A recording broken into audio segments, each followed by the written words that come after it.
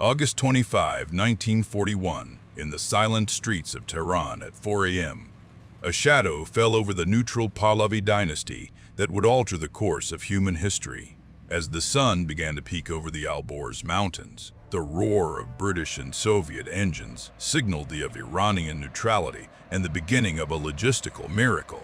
This was Operation Countenance, a joint invasion born not of territorial ambition, but of cold, desperate strategic necessity. To understand why the Allies were willing to violate the sovereignty of a non-belligerent nation, one must look at the crumbling state of the Eastern Front.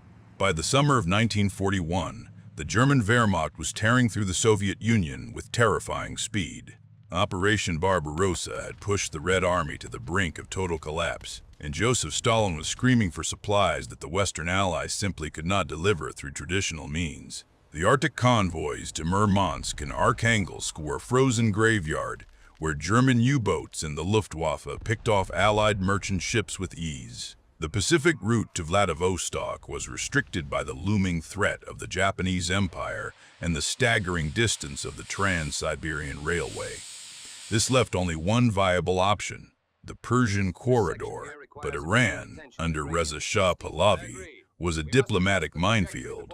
The Shah had invited thousands of German technicians and engineers to help modernize his country, creating a presence that London and Moscow viewed as a nest of Nazi spies, ready to sabotage the oil fields or the vital rail lines. At 9 a.m. on that first day of the invasion, the British and Soviet ambassadors delivered an ultimatum to the Iranian government that was, in reality, a formality for a fait accompli. The Iranian military, though modern by regional standards, could not hope to withstand a dual-pronged assault from the world's most powerful empires. Within days, the resistance crumbled, the Shah was forced into exile, and Iran became the central nervous system of the Allied war machine.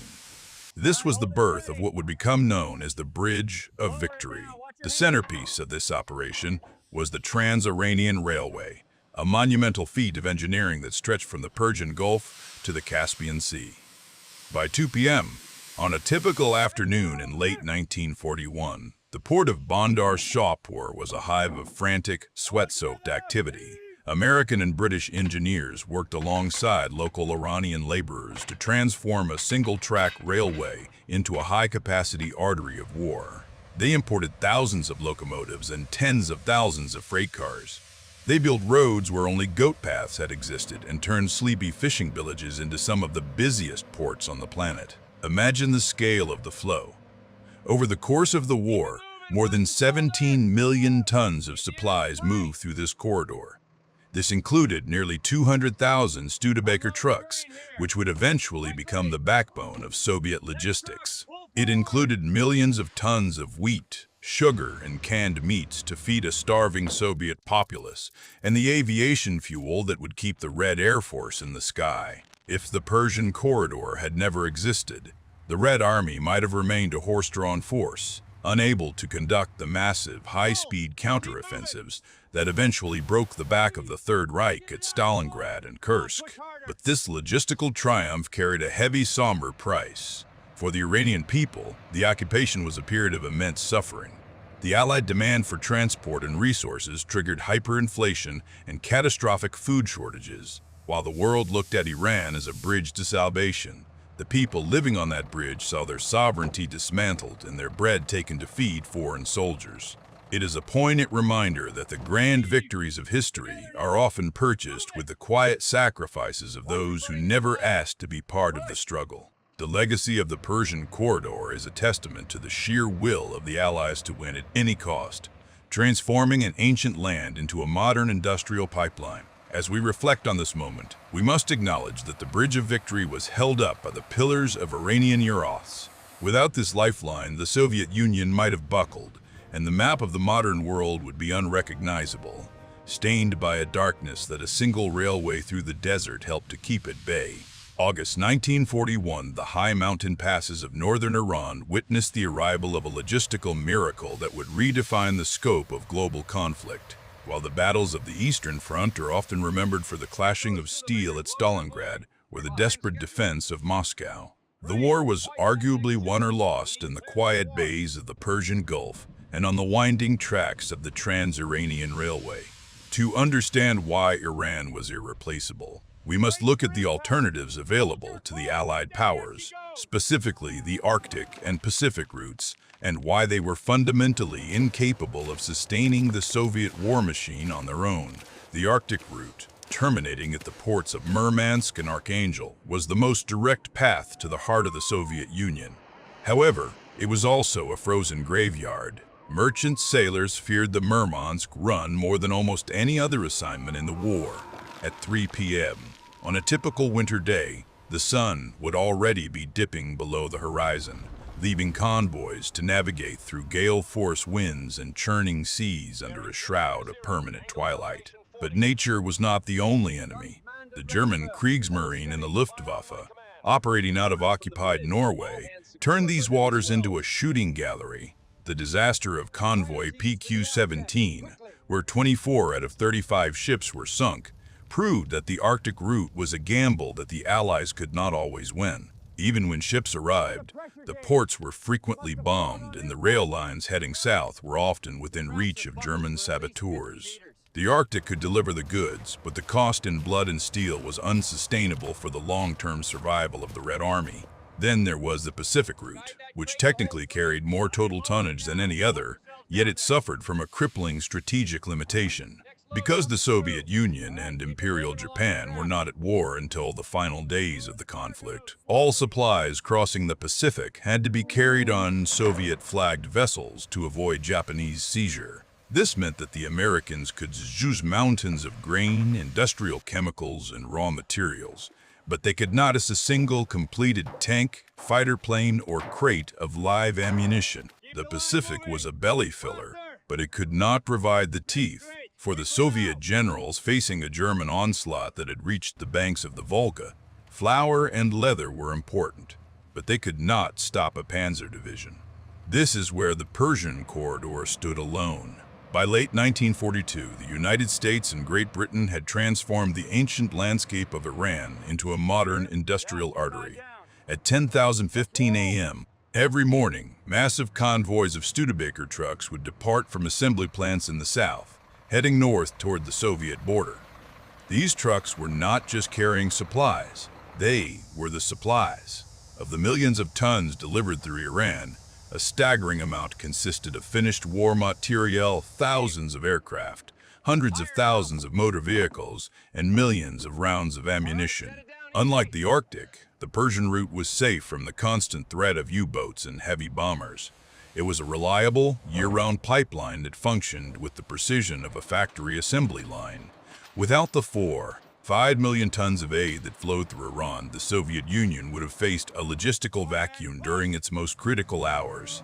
We often think of history as a series of great men making bold decisions on the battlefield, but the reality is often found in the dry statistics of supply clerks and the sweat of engineers. The Persian corridor provided the margin of victory that allowed the Red Army to transition from a desperate defense to a crushing counteroffensive. As we reflect on this monumental effort, we see a legacy that transcends the mere movement of cargo. It was a moment in time when the disparate cultures of the East and West were bridged by a singular, desperate necessity. The roads and rails built across the Iranian plateau did more than just move steel. They carried the hope of a world that refused to surrender to tyranny. The legacy of this route is a reminder that the true strength of an alliance is found in its ability to sustain its members, even across the most inhospitable terrain on Earth. Had this lifeline never existed, the light of resistance in the East might have flickered out, leaving a different world in its wake, one shaped by the victory of the very darkness the Allied supply lines worked so tirelessly to defeat. The endurance of the Iranian route remains a silent testament to the fact that wars are won by the quiet labor of logistics as much as by the thunder of the guns.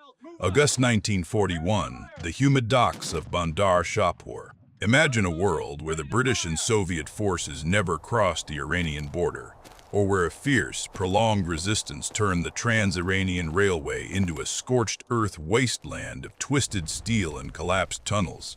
In this timeline, the Persian corridor, the most reliable artery of the Allied cause, ceases to exist. Instead of a steady flow of steel and calories, There's only a silent, logistical vacuum that threatens to swallow the Red Army whole.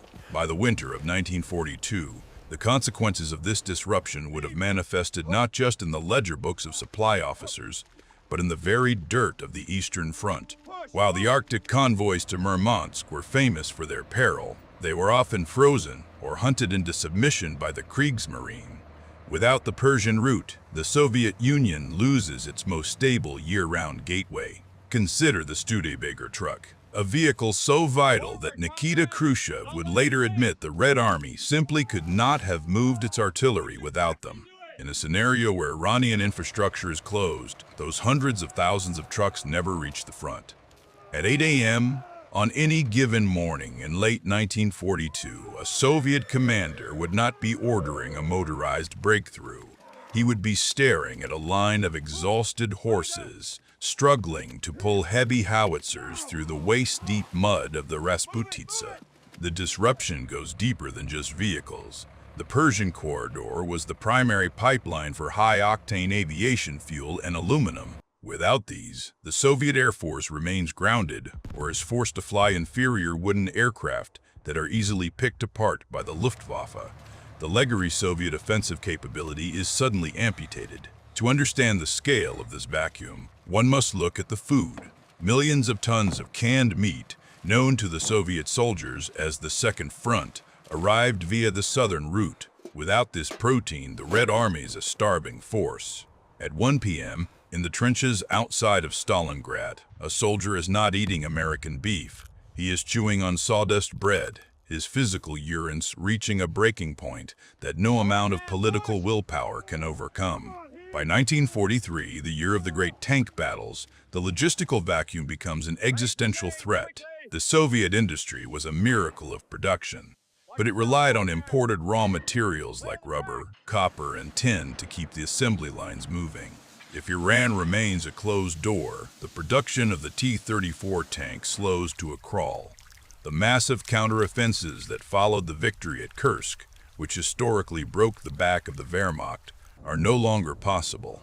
Instead of a sweeping red tide moving toward Berlin, the war becomes a static, grinding war of attrition that the Soviet Union, despite its vast population, might not have the industrial stamina to win. If we look at the maps at 4 p.m. in the German High Command, the absence of a Persian lifeline changes everything. Hitler, seeing the Red Army's lack of mobility, might have felt emboldened to shift divisions to the west earlier, or to double down on his drive for the Caucasian oil fields, knowing the Soviets lacked the logistical depth to stop him. The entire strategic geometry of the second half of the war shifts from a clear Allied victory to a terrifyingly uncertain stalemate. The legacy of a closed Iran is a legacy of what might have been a much darker, longer, and more agonizing conflict. It serves as a reminder that the courage of the soldier is often at the mercy of the mechanic and the dockworker. If the Iranian lifeline had failed, the Soviet soldier would have been left to fight a modern war with the tools of a previous century, standing alone in a vacuum where courage cannot replace fuel and patriotism cannot substitute for bread. The silence of those unused Iranian tracks would have been echoed by the silence of a defeated resistance. It forces us to reflect on how the fate of civilizations can hang not just on the brilliance of generals, but on the quiet, uninterrupted hum of a railway line winding through a distant desert. The history of the world was written in the grease and dust of the Persian corridor, a path that ensured the light of the East did not vanish into the void of a logistical nightmare. November 19, 1942, on the wind-swept frozen steppes northwest of Stalingrad. At 7:20 a.m., the silence of the Russian winter was shattered by the roar of 3,500 Soviet guns. This was the start of Operation Uranus, the massive pincer movement designed to trap the German Sixth Army and turn the tide of the entire war. History remembers the T-34 tanks charging through the blinding snow and the legendary resilience of the Soviet infantrymen. But beneath the surface of this strategic masterpiece lay a logistical reality that is often overlooked in the heat of battle. Without the Persian corridor, the mechanical heart of this offensive would have never beaten. In the actual timeline, the Soviet Union received over 400,000 jeeps and trucks from the United States. A staggering portion of these vehicles, particularly the iconic Studebaker US-6, traveled through the rugged mountains and sun-scorched deserts of Iran. To the Soviet soldier, the Studebaker was more than just a truck. It was a lifeline that redefined the speed of modern warfare. By late 1942, the Red Army was beginning to transition from a horse-drawn force to a fully motorized juggernaut. If the Iranian route had been closed, that transition would have stalled in its tracks, leaving the Soviet command with a terrifying deficit in mobility. Imagine the scene at the Don River without those American engines. Instead of a rapid motorized encirclement, the Soviet commanders would have been forced to rely on tens of thousands of horses to pull their heavy artillery and supply wagons. In the sub-zero temperatures of a Russian winter, horses require massive amounts of fodder. They die from the cold, and they move at a fraction of the speed of a heavy truck. The horse-drawn army simply cannot maintain the momentum required for a deep penetration of enemy lines. If the Soviet pincer had moved at the pace of a walking man, the German high command would have had hours, perhaps even days, more time to react. The window of opportunity to trap General Paulus and his 250,000 men might have slammed shut before the two Soviet wings could meet at Kalach. It was not just the trucks that kept the offensive moving, it was what was inside them. High-octane aviation fuel and refined lubricants flowed north from the Persian Gulf in a steady, life-giving stream. Soviet industry was incredible at producing tanks and planes, but it struggled with the chemical complexities of high-grade fuels required for advanced engines. Without the millions of tons of petroleum products delivered via the corridor, the Red Air Force would have been grounded or severely limited in its sorties over the ruins of Stalingrad. The Soviet Union's ability to maintain air superiority during the critical hours of the counteroffensive was directly linked to the tankers unloading in Iranian ports. Furthermore, the mobile nature of the Stalingrad victory relied on the Red Army's ability to outcalculate and outpace the Wehrmacht. If Zhukov had been denied the mobility provided by Allies, he would have faced a catastrophic logistical bottleneck. Every mile gained toward the west would have stretched his supply lines to the breaking point. Without trucks to carry bread, ammunition, and winter uniforms, the soldiers at the front would have faced the same starvation and frostbite that eventually claimed their German enemies. The Great Patriotic War might have devolved into a static war of attrition that the Soviet Union, despite its vast manpower, could not have sustained indefinitely against a technologically superior foe. The absence of the Persian corridor would have turned the greatest turning point of the war into a bloody, indecisive stalemate. The liberation of Eastern Europe would have been delayed by years, or perhaps stopped entirely at the borders of the old Soviet frontier. We often view the Second World War as a clash of grand ideologies and the brilliance of legary generals, but the reality is far more grounded in the mundane. It is a story of tires, axles, and barrels of oil. The legacy of the Persian corridor is found in the surviving Studebakers still tucked away in Russian museums, silent witnesses to a time when the world's fate was decided by a supply line. It reminds us that even the most heroic stands and the most daring maneuvers are captive to the reach of their logistics. The victory at Stalingrad was not just won by the blood of the deferrs in the ruins of the city, but by the relentless, grinding movement of cargo across the Iranian plateau. If that movement had stopped, the light of the 20th century might have flickered and gone out in the shadows of a logistical failure. We live in the world that those trucks built, fueled by the realization that no army, no matter how brave, can march on an empty road. The dust of the Persian corridor has long since settled, yet its impact remains the foundation upon which the modern world was reclaimed from the darkness. January 1943 in the frozen ruins of Stalingrad is where the tide of the war is traditionally said to have turned. But without the Persian corridor, that tide might have merely reached a stagnant, bloody equilibrium. If we remove the 5 million tons of supplies that moved through Iran, we are not necessarily looking at a total Soviet collapse, but rather the beginning of the long war. In this alternate reality, the Soviet Red Army, deprived of the 400,000 Studebaker trucks that provided their mobility, remains a massive but sluggish force. They possess the tanks and the men, but they lack the logistics to sustain the deep, rapid penetrations that characterized their historical drive toward Berlin. By 2 p.m., on any given day in 1944, instead of a Soviet steamroller crossing the Polish border, we might have seen a front line that had barely moved from the outskirts of Kiev. The German Wehrmacht, while unable to strike a finishing blow against the Soviet Union, finds itself able to hold a defensive line with far less desperation. This creates a terrifying ripple effect across the entire global strategy of the Allied powers. Consider the timing of Operation Overlord. Historically, the D-Day landings at 6:30 a.m. on June 6, 1944, were predicated on the fact that the vast majority of the German army was pinned down and bleeding out on the Eastern Front. In a world where the Soviet Union is stalled due to a lack of Iranian-shipped fuel and food, the German High Command is able to keep 30 or 40 extra divisions in France. General Eisenhower, looking at his weather reports at 4 a.m. in the dark early hours of June, might have been forced to conclude that an invasion of Fortress Europe was impossible until 1945 or even 1945. The human cost of this delay is unfathomable. Every extra day the war continues is another day. The machinery of the Holocaust remains operational. In our timeline, the liberation of the camps happened just in time to save a remnant of Europe's Jewish population. In the long war scenario, the trains continue to run to Auschwitz and Treblinka for 2 or 3 more years. The cultural and demographic heart of Europe would have been surgically removed, leaving behind a hollowed-out continent that might never have recovered. Furthermore, the technological landscape of the war would have shifted toward a much darker conclusion.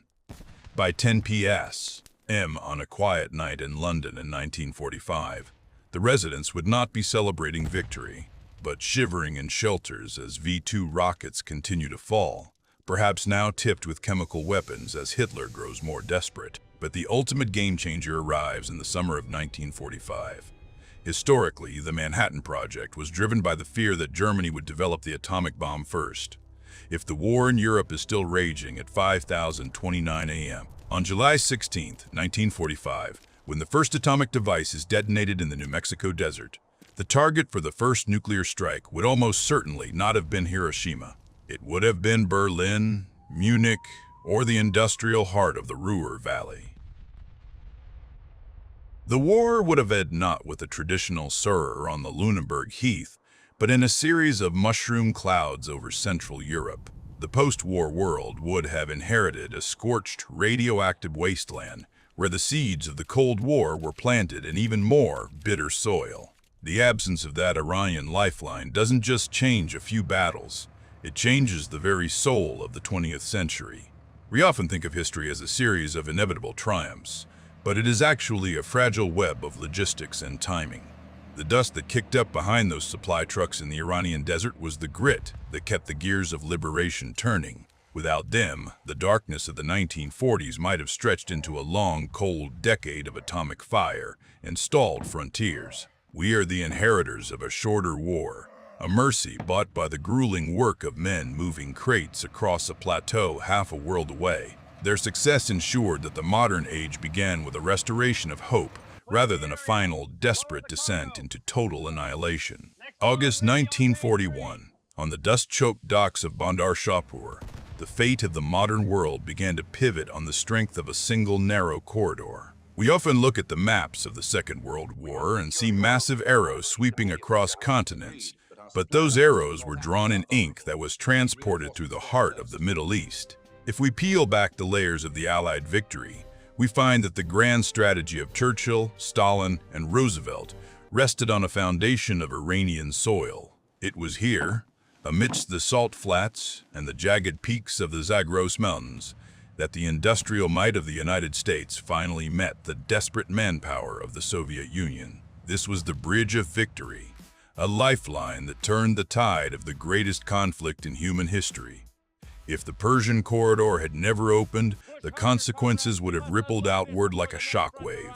Without the 5 million tons of war material that flowed north, the Soviet Union would have faced the German summer offensives of 1942 and 1943, with empty magazines and hollowed-out motor pools. We might have seen the fall of the Caucasus oil fields, followed by a slow, agonizing collapse of the Eastern Front.